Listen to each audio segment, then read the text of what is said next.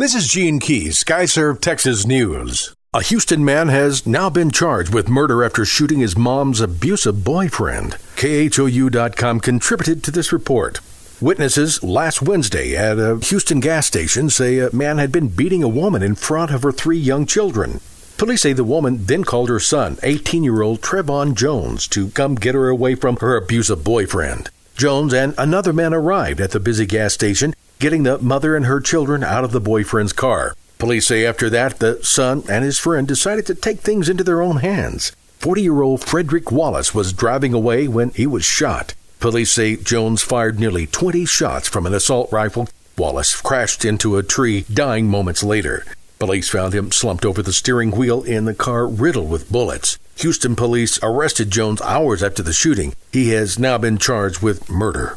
A Dallas drug dealer gets 16 years for a robbery plot that ended the life of a first-time heroin user. DallasNews.com contributed to this report. As 19-year-old Ryan Lashley lay dying on a couch in a Dallas home, the man who sold her extra-potent heroin was concerned only about stealing her money and possessions. No one called 911 as Lashley, a first-time heroin user, lay on the couch unconscious after showing signs of an overdose. Prosecutors said when drug dealer 37-year-old Jameson Eric Coleman learned the woman was dead, he continued selling the China White heroin and other dangerous drugs. A federal judge on Monday sentenced Coleman to 16 years in prison.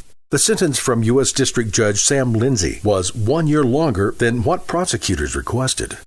The Southwest Airlines Boss tells his employees the airline may be flying to Cuba before the end of this year. The DallasMorningNews.com contributed to this report from Dallas. Gary Kelly, CEO of Southwest Airlines Company, offered details Monday in a message to employees. Kelly told his employees Dallas-based Southwest, in all likelihood, would apply to fly in and out of Cuba on new routes being opened. The U.S. and Cuba last week signed an agreement to resume commercial air traffic for the first time in 50 years. U.S. airlines can bid on routes for as many as 110 U.S. to Cuba flights daily. All current passenger flights are charters. Kelly says Southwest is very prepared to consider the opportunity and may very well be flying to Cuba in 2016. U.S. carriers face a March 2nd deadline to submit applications. Visit us on YouTube, Facebook, or Twitter at Skyserve News Service. This is Gene Keys, Skyserve, Texas News.